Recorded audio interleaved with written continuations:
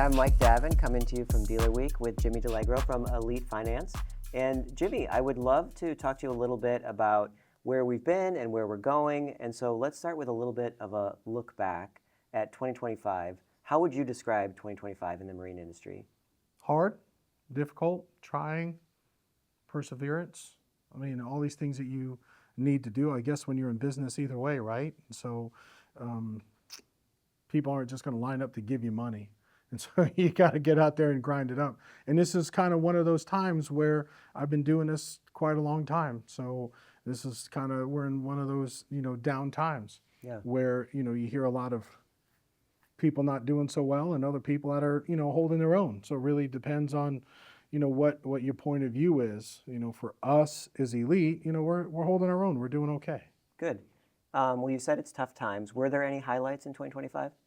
Well, yeah, I mean, it's not all doom and gloom. I mean, realistically, the highlights are really for us are always working boat shows. Our team works a lot of boat shows. Our team consists of Sandro Sierra and Jared Zemlin and Caden Gano, and we have a really strong team. And we actually go to boat shows and work deals with dealers and sit in a booth and approve their customers and collect down payments and do all the things that are required to operate inside of a boat show. We've been doing that for quite a long time. Yeah. Well, you guys obviously work very closely hand in hand with dealers. What are some of the specific challenges that you saw them facing? Older inventory. I really think that people were on the COVID cloud a little bit longer than things like musical chairs, right? The music stops, and do you really got a place to sit or not? And I think in this situation, some people got caught when the music stopped playing, and there was a lot of excess inventory out there, thinking that there might be a little bit of a tailwind post-COVID, not realizing that it was over. And so I think even dealers I spoke to today here in Dealer Week 2025, some of them have challenges with some brands or some particular models of boats that they have that are still sitting out there. I think those have been some of the challenges for the dealers. I think the new and innovative stuff are being sold pretty quickly and doing quite well. There's a particular look to boats now where people are, I think the consumer's gravitating towards. Yeah. And so if you're stuck with some of the older looking models, if you will, there's still a lot of that stuff in the field where interest is being paid, curtailments are being paid, and your dealers have to take a loss on these products just to get rid of them. So as you mentioned, we're here at Dealer Week. Mm-hmm. The theme of this year's conference is Prepare for What's Next. Mm-hmm. Let's turn our attention to 2026, and obviously we can't predict what's going to happen necessarily, but do you have any thoughts on where we're going or some of the trends that we should be looking for? I don't know if I don't see a whole lot. Again, I'm not Nostradamus or Karnak the Magnificent, depending on how old you are. And so I don't really see a whole lot of change in the actual consumer's demand for the product per se. And so I think that the people at the industry as a whole, and I said this in the last conversation I had at Dealer Week, was I think the industry as a whole did a nice job of maintaining the onslaught of new boaters into the market through COVID. So that COVID growth, I think we've been able to maintain and keep them people on. And so now it's on to what's next, right? And so I think the consumers are looking, like I alluded to earlier, for more newer European looking products. So you have the Axopar, you've got the, everybody's making the Saxador and the Elite series for the MRAA. I think everybody's looking for that plumb bow type of vessel if you're in the market for those particular family pleasure boats. And so the technology and all the other pieces that are there. And so now I think after we get a little bit outside of COVID, people are, the consumer now are looking to move up to that next level, right? And so once they get up to that next level, I think that more of these products will be coming onto the market, which will then instigate some more consumer demand because it's the latest, greatest, coolest thing. Yeah. You know what I mean? Like the Fonz and his motorcycle, right? And Yeah. so everybody wanted to ride a motorcycle because Fonz had a motorcycle. And so now you know, people in some of these newer vessels, I think you'll see some more demand for that. Okay. So the marine industry needs a Fonz. Yeah, it needs to be cool, right? Yeah. And so to your point of some of the manufacturers hung on too long to some of the vessels that they were making. Yeah. And so you can walk through a boat show and look at some vessels and say, okay, I could have bought that in '95, and now that they put an outboard on it. You understand what I'm saying? Yeah, oh, and yeah. so when the whole conversion from inboard to outboard, right? Excuse me, from stern drive to outboard. Now all of a sudden, all they did was they removed the car engine and the stern drive off the back and slapped an outboard on it. Well, I think the consumer's looking for something a little bit more advanced than that now. And so been there, done that, got the T-shirt. And so I think as people as the manufacturers are catching up with what the consumer's looking for, right? I think that's when we'll start maybe hit an inflection in hopefully the near future for those style of boats, Yeah. right? Because you had a conflation of the pleasure boat, you know, your little bow riders and pontoons. Right, so the pontoon market absorbs some of that away, right? And Yeah. so some of the pleasure boat, your stern drive, bow rider, that type of stuff, got absorbed into the pontoon market. And the pontoon guys have been fantastic. I mean, you can get a pontoon to do anything now. I mean, you can get one with a disco ball if you want it bad enough, I guess, right? And you can be John Travolta. And so as these things start to evolve, I think you'll get people wanting to upgrade, and hopefully that'll start instigating more consumer demand for that segment. Center consoles and fishing boats are, you know, that's a different segment altogether. Absolutely. Well, looking in a little bit different direction, AI has been a huge topic of conversation in every industry, including ours. Sure. Does it have any impact on what you're doing? Not necessarily, because we deal with the banks per se. So things move at the speed of bank. And so what you say, what does that mean? Try to parallel park a Carnival cruise liner and you'll find the speed of bank and what that is, right? So never seen anybody rush in and rush out with a Carnival cruise liner as they're docking the boat, right? It takes a long time to do that. And so as the technology advances with the lenders, then I think technology would have to advance throughout the ecosystem, right? From a trickle down effect. And so once they start advancing what they're doing, then we can make some different advances for us per se. What does that actually mean? I don't know if it's I'm not so sure that somebody taking a loan for 20 years at $50,000+, $100,000. I mean, the price of the boats ain't what they used to be, right? And so now the average tickets average amount to finance for us is going to be just a little bit south of 100K. Mm-hmm. And so when you're taking out a loan for 100K, I mean, you'd have to really ask the younger constituents, are they okay with not actually talking to somebody while they're absorbing this loan? You know what I mean? Is this something that you really want to do this way? Or do you need proper coaching? And so I don't know for us, like what that looks like in the far future. Mm-hmm. In the near future, we're still tied to what the banks want to do, and this is how the banks do business. Interesting. Right? Yeah, and absolutely. So I think that from the consumer end of it, from the dealer end of instigating new buyers and things of that nature, I think for the smaller products, what I mean smaller is more like your bayliners, your trophies, your kind of more of a production product, mm-hmm. right? I think those will eventually be, click the button, buy it, have it drop ship, this, that, whatever the case may be, right? I think if you can do that with those, I think when you start getting up 26 foot and higher, and then you start getting into the 200, 250K mark, I'm not sure that somebody is, I don't know. I'm not sure. Yeah. For me, I can't get my head around somebody making a $250,000 commitment for 20 years, never seeing the boat, never talking to somebody about the loan, never understanding the insurance. You understand what I mean? So yeah, which is where the seller comes into the whole picture. Correct. So at what point does AI usurp all these relationships? Our relationship with the bank, the customer relationship with the dealer relationship with the customer, the customer relationship with warranty and service. And so does that usurp all of that? I'm not sure that that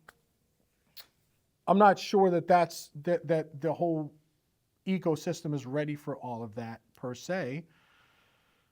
For me, doesn't mean it's not going to happen, because again, we already established I'm not Nostradamus or Karnak the Magnificent, so it's not to say it doesn't happen. Is it happen in 2026? No.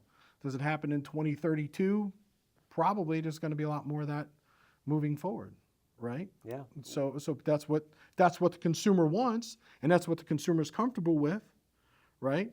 And there's other banking regulations and things that you have to understand that's a longer conversation. Yeah. That some of the banking partners that you interview would probably have better perspective on than I would, but being able to lend in different states where you don't have bricks and mortar and so on and so forth. So there are some other archaic laws on the books that prevent banks from going direct to the consumer. Sure. And the manufacturer going direct to the consumer, right? And so unless you're in this state, I know for sure that unless you're Rivian or Tesla or another one of the electric vehicles, you cannot sell to consumer direct. You have to go through the dealer. Mm-hmm.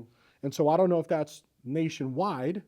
So I don't believe that there's a way for the boat industry, say for instance, if Brunswick wanted to sell Bayliners direct to consumer and then usurp the dealer per se. You understand what I'm saying? So Yeah, it gets really starts getting convoluted and complicated right away. So what does that actually mean for everybody? It sure to hell ain't going to happen in 2026. Yeah. But that's, kind of the tentacles, the way I see it, pilfering through all of what you said, AI, and because these are all the jobs and the things that are eventually going to be up for grabs. Yeah.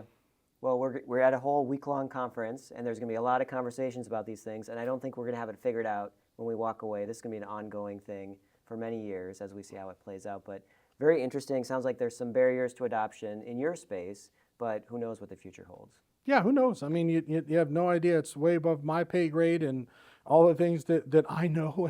And but to me, it really all comes down to what does the customer want to do. Yeah. And so if you can make a robot do whatever the hell you want. I am an adopter of having a robot vacuum my floors. I got a Roborock. Is a cheap plug for Roborock. So that's my favorite brand of auto cleaner to sweep and mop my floors. And so I love the thing. I think it's fantastic. And so I don't have to worry about vacuuming my floors. It mops the floors, does it all by itself, right? And so doesn't mean that somebody else is going to want that in their house. Yeah. Make sense? It's a good thought to end the AI conversation on for dealers in that let's not do AI for AI. Let's think about how it can help the consumer, the customer, and if it can, then maybe that's a direction we want to go. I think honestly, for what the dealers should be concerned with in 2026, 2027, 2028 is not necessarily coming up with all this crazy, insane, I'm going to have a bot answer the phone and do all this other all this other stuff that's going on. It's way out there. Like, it's way out there. Concern yourself with how you get your website aligned with ChatGPT, Perplexity, Copilot, Grok, and all these other AI search engines that are now usurping Google. And so people aren't saying Google anymore. They're saying ChatGPT. And so how is your website properly aligned? Have you done the proper SEO with your website for that to actually happen? Because my assumption is, which I'm pretty sure I'm right here, my assumption is that when they start aligning with said search engine, that somewhere each one of them has their own algorithm on what they're searching the internet for. Like Google, you got to have so much Google specific stuff in order for you to get higher up on the Google chain without actually paying Google, right? So that's your organic search. Mm-hmm. Got it? Yep. And so there is a way, if your website isn't set up to do that within ChatGPT or within Copilot or one of these other ones, my assumption is, I'm pretty sure I'm right, mm-hmm. that it's not going in the right direction for you. Because getting your dealership set up with the search engine is going to be more paramount than worrying about whether or not you got a robot answering your damn phone. Right. And that's going to draw your customer in, because how is the customer finding you? The customer is finding you through Chat GPT. I want to buy a Robalo. Send. Here's what it comes up with. Right? And it's going to give you all the inordinate data that you need, a lot of bullshit you don't need. It's going to give you the whole thing, but it's also going to let you know, here's the local dealers, here's what they say, blah, blah, blah. More expansive than Google, right? And so if you're not affiliated with these guys, how are they going to find you? Yeah. Well, and you got to know what the consumer is seeing and what it's spitting out there, and if it's accurate, and all that stuff is stuff that the dealers have to start wrapping their minds around. So, and again, that's curating your persona, right? So your AI persona is things that people don't utilize or don't. I shouldn't say people don't. I should say most business owners have not even thought to that way of AI, your personal persona, or your Google metrics or your star reviews that you get from Google are now calculated differently within ChatGPT, within Copilot, within Perplexity, or whichever AI search engine that you're using. And so making sure that you're connected that way. There are back ends to your website that should allow you to navigate that, to dial it up the way it's supposed to be. Because then you're not reaching everybody. Because right now, Google is going in the way of Yellow Pages.